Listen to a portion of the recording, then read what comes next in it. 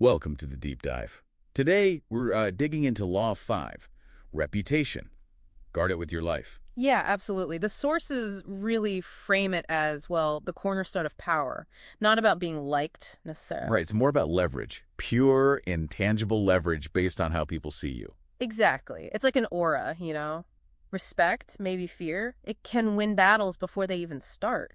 It's this asset you have to carefully build up.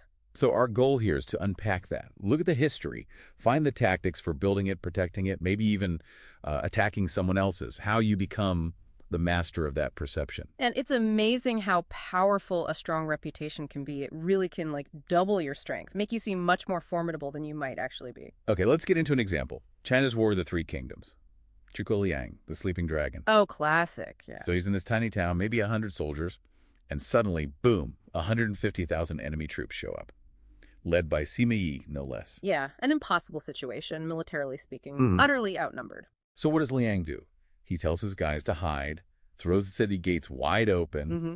and just sits up on the wall, totally visible, playing his lute, calm as anything. It's pure psychological theater, isn't it? But Sima Yi, the opposing general, a brilliant guy himself, he sees this and just retreats. Why? It looks like an obvious bluff. Well, yeah, but it's who was doing the bluffing. Liang's reputation preceded him. He was known for, incredibly elaborate tricks, cunning plans, stealing official seals, false documents, total master of misdirection. Oh, okay. So Sima Yi's thinking must have been, for Liang, the master strategist, to do something this obvious, it has to be a trap. An incredibly complex one I'm not seeing yet. So Liang wasn't fighting with soldiers, he was fighting with his own legend. Exactly. Years of carefully cultivated reputation won that day. Okay, so Liang had decades of reputation to draw on. But what if you're starting out, like zero reputation? How do you build one then? That's trickier. Sometimes the sources suggest you might need to attack someone else's first. P.T. Barnum is a fascinating case here. Right, he wanted the American Museum, but he was nobody then. Peale's Museum was the established name. Exactly. So Barnum couldn't compete head on. He needed to, well, basically ruin Peale's standing to get his chance. And he had tactics for this. Yeah. The first one, when starting out, was basically sowing doubt. Yeah, insidious stuff. He couldn't really fault the museum itself, so he went after the owners, started spreading rumors, calling them broken down bank directors. Ouch. So attacking their financial credibility? Precisely. It spooked investors, their stock tanked, and suddenly Barnum could sweep in and buy the museum. Brutal, but effective. Okay, so that's tactic one. What about later when he was established? Then he used ridicule, which is often much harder to defend against. Peale's tried to regain some prestige with these, like, serious mesmerism shows. So Barnum staged this completely over-the-top parody. He pretended to hypnotize a little girl, then made a big show of threatening to cut off her finger to prove she was under. Oh. Of course, the girl screamed and ran off stage. The audience apparently loved it, thought it was hilarious, but it just destroyed any sense of seriousness Peale's was trying to build. Made them look foolish.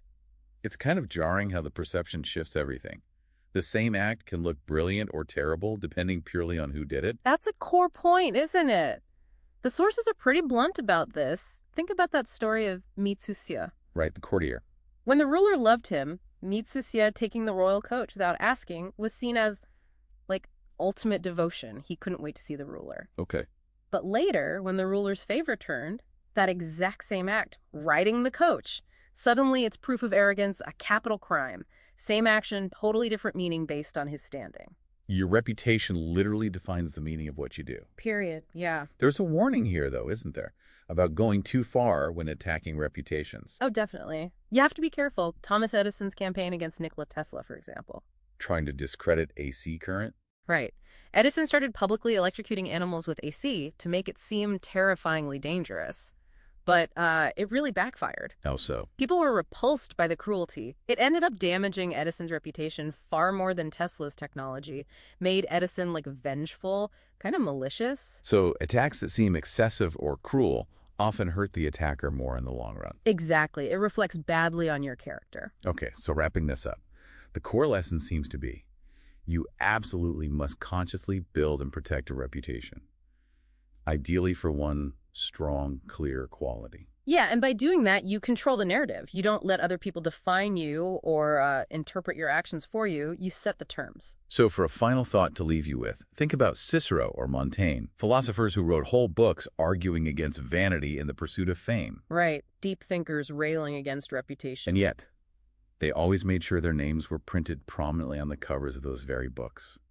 Seeking fame, even for despising fame. What does that tell you about how inescapable reputation really is?